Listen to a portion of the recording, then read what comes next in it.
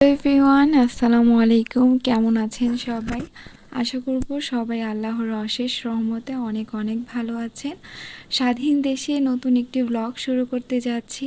বরাবরের মতো আশা করব আপনাদের কাছে আমার ভিডিওটি ভালো লাগবে।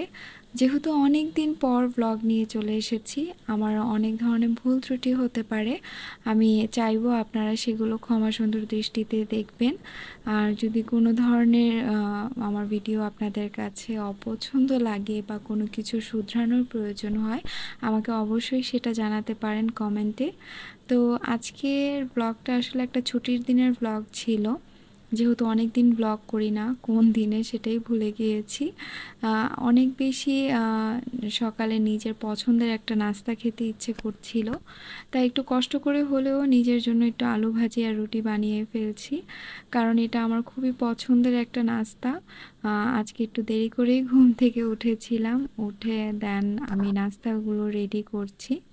রুটিও বানানো ছিল না, রুটিটাও বানাতে হবে, তাই রুটি বানানোর আগে আলু ভাজিটা বসিয়ে দিয়েছি, যাতে দুইটা একসাথে হয়ে যায় আর কি, যাতে আমি তাড়াতাড়ি করে খেতে পারি।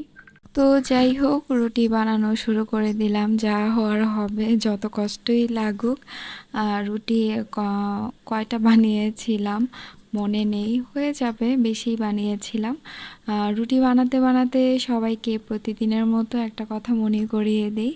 আমার চ্যানেল অথবা আমার ভিডিও যদি আপনাদের কাছে ভালো লেগে থাকে, আশা করব আপনারা আমার চ্যানেলটির পাশেই থেকে যাবেন, আমার ভিডিওটিতে একটি লাইক দিয়ে কন্টিনিউ করবেন।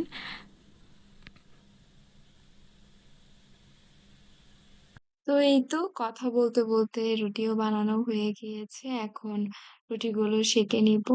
আসলে আমি অনেক বেশি আনকমফোর্টেবল ফিল করতেছি।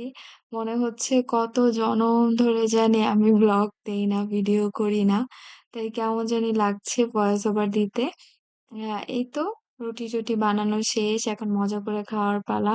একদম বেশি করে মরিচ দিয়ে আলু ভাজিটা করেছিলাম।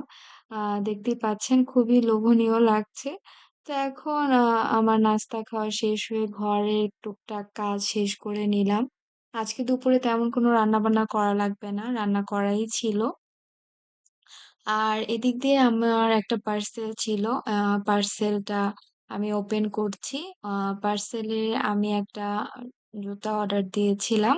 তো ওই তো ওই পার্সেলটা এসেছে। জুতোগুলো খুবই সুন্দর আর খুবই আ ভালো কোয়ালিটি ছিল। পরে খুব কমফোর্টেবল হচ্ছিল। আসলেই অনেক আরাম। অনেকটুকু হাঁটলেও পায়ে কোনো ধরনের ব্যথা ফিল হয় না।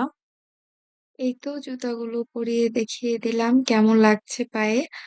দেখতে তো ভালোই লাগছে। তখন একদিন ব্যবহার করার পর বুঝতে পারবো কি অবস্থা, কতটুকু কমফোর্টেবল কি।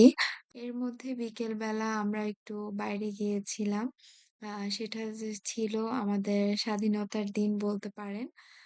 তো ঐদিন হচ্ছে আমরা আ বিকেল বেলা গিয়েছিলাম একটু বাইরে। সাথে, সাথে একটু বাইরে হাঁটাহাঁটি করে আসলাম।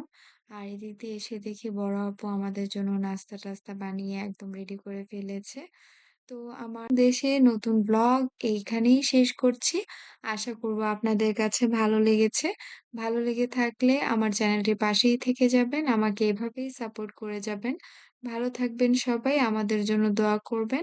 আল্লাহ হাফেজ। আসসালামু আলাইকুম।